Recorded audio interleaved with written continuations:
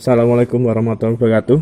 Eh, Selamat pagi anak-anak. Hari ini kita akan membahas mengenai konferensi meja bundar. Jadi di video kemarin satu bab udah kita bahas dan ini adalah materi yang terakhir untuk kemudian kita melakukan evaluasi, kemudian kita melakukan ulangan harian. Pak dimulai langsung.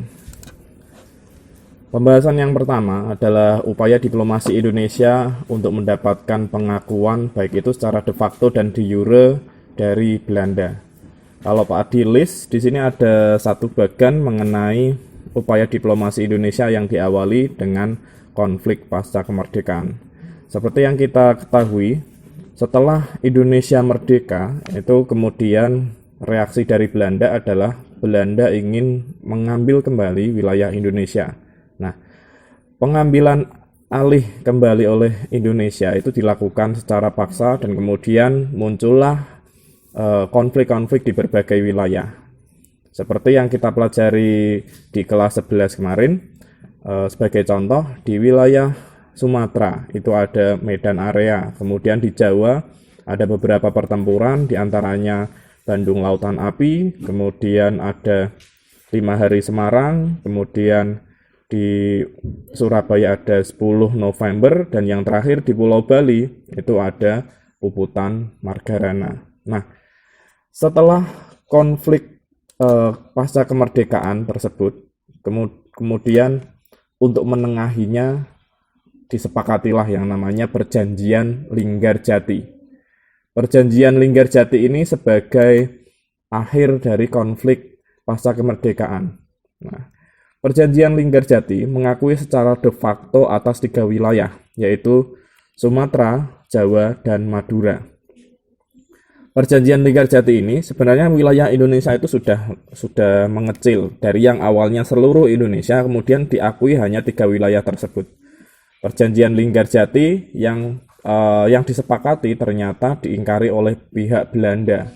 Tepatnya pada 1947. Kemudian muncullah yang namanya agresi militer Belanda yang pertama. Agresi militer Belanda ini adalah reaksi Belanda mengenai pengingkaran Perjanjian Linggarjati. Maka Belanda kemudian menyerang wilayah ibu kota kita yang ada di Jakarta. Pada akhirnya Soekarno, Hatta, Syahrir, dan petinggi-petinggi dari Indonesia melarikan diri ke Yogyakarta. Nah, sesampainya di Yogyakarta, mereka melakukan satu diplomasi ulang dengan Belanda, dan kemudian disepakatilah yang namanya Perjanjian Renville. Perjanjian Renville ini sebagai reaksi dari pihak Indonesia terhadap serangan dari agresi militer Belanda yang pertama. Renville kemudian menyepakati bahwa wilayah Indonesia itu hanya sebagian kecil dari wilayah Jawa saja, terutama di wilayah Jawa Tengah dan kemudian sebagian dari Jawa Timur. Perjanjian Renville ini kemudian diingkari yang kedua kalinya oleh Belanda, kemudian muncullah yang namanya agresi militer Belanda yang kedua. AMB2 ini atau agresi militer Belanda kedua ini bertujuan untuk melumpuhkan pemerintahan Indonesia. Maka Yogyakarta diserang dan pada akhirnya Soekarno dan Hatta ditawan dan kemudian memaksa Soekarno untuk membuat pemerintahan darurat. Ada 2 pemerintahan darurat dari Indonesia pasca kemerdekaan, diantaranya ada di Bukit Tinggi yang namanya PDRI, Pemerintahan Darurat Republik Indonesia, yang dipimpin oleh Syafruddin Prawira Negara, dan yang kedua ada pemerintahan pengasingan yang ada di New Delhi, diantaranya yang memimpin adalah LN Pallard, kemarin yang sudah kita bahas. Agresi militer Belanda yang kedua ini ternyata banyak yang mengecam, seperti yang kita bahas kemarin, baik negara-negara Arab, kemudian ada Australia, itu mengecam, ditambah lagi kecaman dari PBB.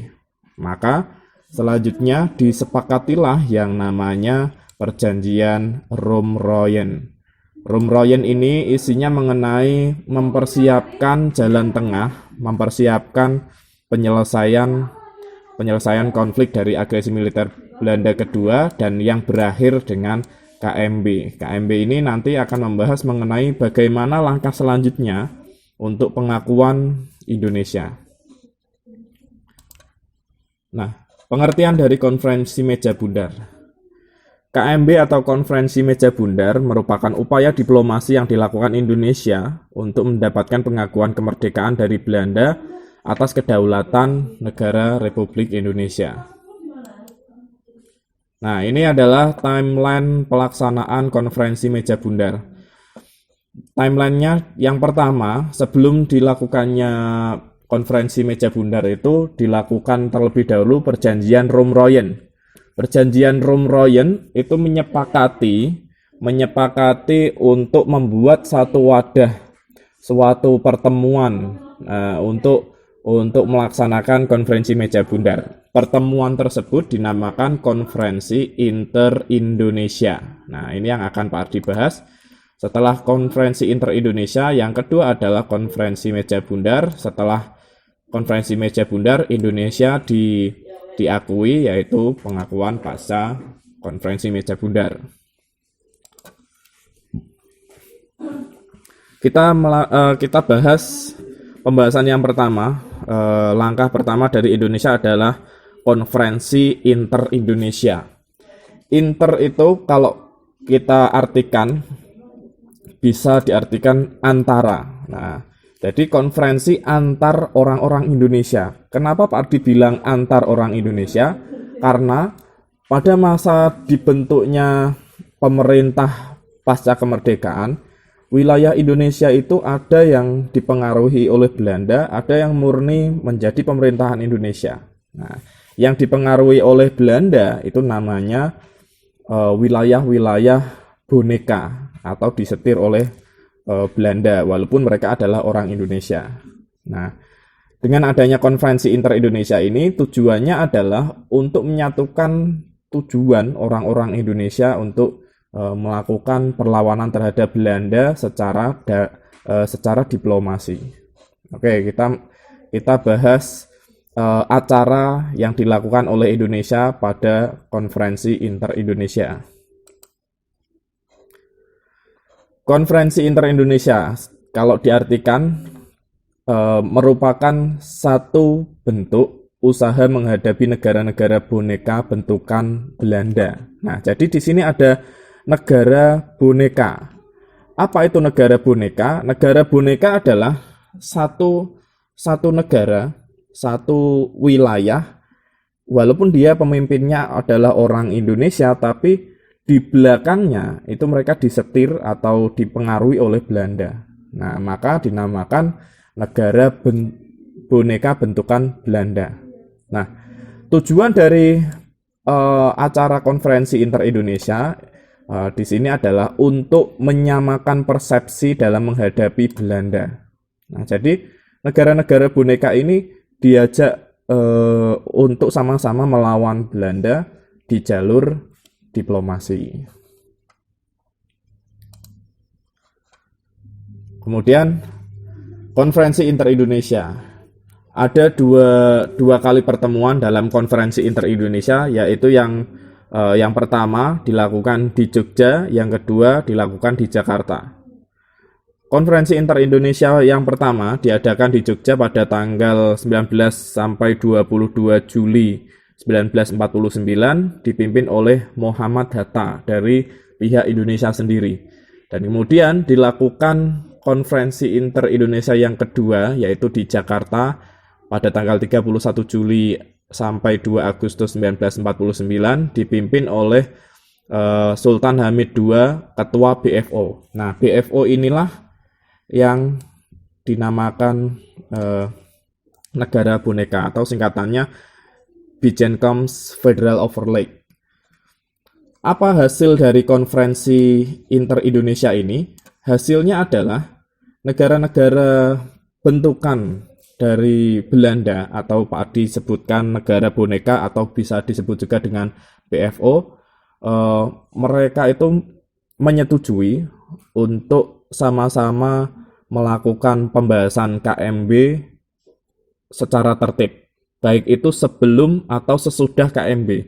Jadi nanti kalau hasilnya apapun, baik untuk Indonesia maupun Belanda, itu tetap dihormati dan dijaga oleh BFO. Nah, jadi setelah konferensi Inter-Indonesia selesai, maka kita bahas tentang pelaksanaan konferensi meja bundar. Kalau dari gambarnya kalian bisa lihat konferensi meja bundar sekilas seperti ini. Ini ada satu meja yang melingkar, kemudian di tengahnya ini ada satu dewan, ada dua dewan yang saling membahas pertemuan ini, dan kemudian ini dilakukan di Den Haag di Belanda. Oke, pelaksanaan konferensi meja bundar. Pelaksanaan konferensi meja bundar diadakan di Belanda, tepatnya di kota Den Haag pada tanggal 23 Agustus 1949 sampai 2 November 1949.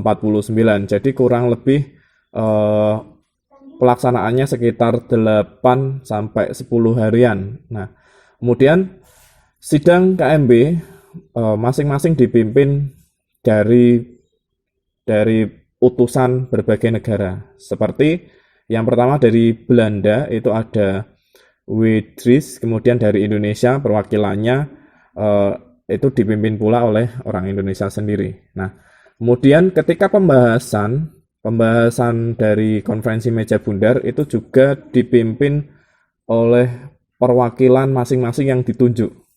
Sebagai contoh, kalian bisa lihat di sini dari Indonesia itu yang mewakili adalah Muhammad Hatta, kemudian dari Belanda ada J.V. Marseven, kemudian ada dari negara boneka atau BFO itu ada Sultan Hamid II, kemudian UNCI ini yang kemarin kita bahas, ini adalah pihak yang netral, itu dari PBB diwakili oleh Shirley. Nah, jadi masing-masing melakukan pembahasan diwakili oleh wakil-wakil yang telah ditunjuk. Apa yang dibahas oleh KMB, oleh pertemuan KMB? Pembahasannya itu ada dua pembahasan. Yang pertama adalah persoalan kerjasama Indonesia-Belanda. Nah, di sini ada perbedaan persepsi di mana Indonesia itu menginginkan ketika sudah diakui itu tidak antara Indonesia dan Belanda itu tidak ada hubungan. Jadi benar-benar putus hubungan. Tapi dari Belanda sendiri menginginkan diadakan satu hubungan bilateral dari Indonesia dan masih saling terkait, baik itu kerjasama dalam bidang ekonomi maupun politik. Jadi intinya Belanda itu menginginkan seperti Commonwealth dari Inggris dan Malaysia, Inggris dan India, Inggris dan Australia, kira-kira seperti itu. Masih menginginkan hubungan yang baik di antara keduanya, tetapi dengan strata yang berbeda. Kemudian yang kedua, pembahasan dari KMB adalah hutang Belanda. Nah, kenapa Pak Ardi bahas hutang Belanda? Jadi dari pihak Belanda itu menginginkan hutang Belanda dari masa penjajahan sampai pasca kemerdekaan itu yang membayar adalah orang Indonesia. Jadi orang Indonesia itu diminta untuk membayar hutang-hutangnya Belanda. Ada perbedaan persepsi di antara Indonesia dan Belanda mengenai hutang tersebut. Dari Indonesia sendiri, Indonesia bersedia membayar hutang Belanda sampai 1942, sampai tahun 1942. Kemudian dari Belanda itu menginginkan pembayaran hutang itu sampai agresi militer Belanda yang kedua atau sampai 1949. Nah, di sini tidak menurut Pak Ardi tidak fair karena Indonesia Belanda itu kurang lebih mereka setelah kemerdekaan ya harusnya tidak dibayar oleh orang Indonesia. Hasil dari KMB. Jadi setelah melakukan pembahasan selama beberapa hari, kemudian keluarlah hasil dari KMB. Diantaranya yang pertama, Belanda mengakui Indonesia sebagai negara yang berdaulat dengan didirikannya Republik Indonesia Serikat. Nah, kemudian yang merdeka selambat-lambatnya 30 Desember 1949. Apa itu RIS? Jadi ada RIS ini, Republik Indonesia Serikat itu RIS itu apa? RIS itu semacam negara bagian. Kalau kalian lihat Amerika Serikat itu masing-masing wilayah merupakan negara federal yang bersatu menjadi negara Amerika. Nah, jadi Indonesia itu diinginkan seperti itu. Jadi nanti akan ada negara Pasundan, akan ada negara Jawa Timur, kemudian Jawa Tengah, kemudian ada negara Madura. Nah, itu yang dinamakan RIS atau Republik Indonesia Serikat.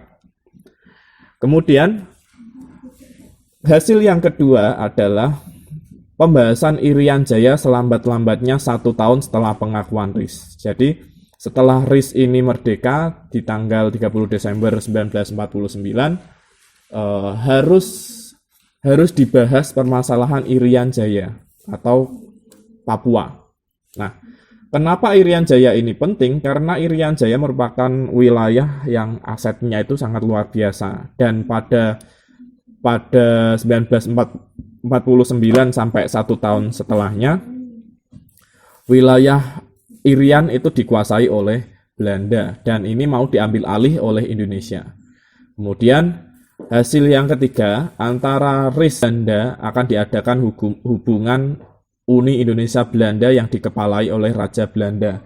Seperti yang Pak Ardi bahas, itu seperti Commonwealth tadi. Kemudian yang keempat, kapal perang Belanda harus ditarik dari wilayah RIS karena menakut-nakuti Indonesia, intinya seperti itu. Jadi kapal perang dari Indonesia setelah pengakuan kemerdekaan, itu kapal perangnya Belanda harus ditarik dari wilayah Indonesia. Kemudian tentara Belanda yang ada di Indonesia juga harus ditarik.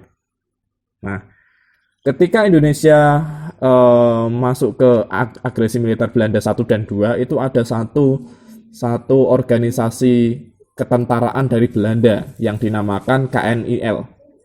Nah, KNIL ini diantaranya ada orang-orang Indonesia dan orang-orang Belanda. Nah, makanya KNIL ini dibedakan antara orang-orang Belanda disuruh kembali dan KNIL yang orang Indonesia itu ditarik menjadi pasukan TNI. Nah. Oke, jadi materinya cukup sampai situ saja. Untuk selanjutnya kita akan melakukan evaluasi dan kemudian terakhir kita lakukan ulangan harian. Cukup sekian. Wassalamualaikum warahmatullahi wabarakatuh.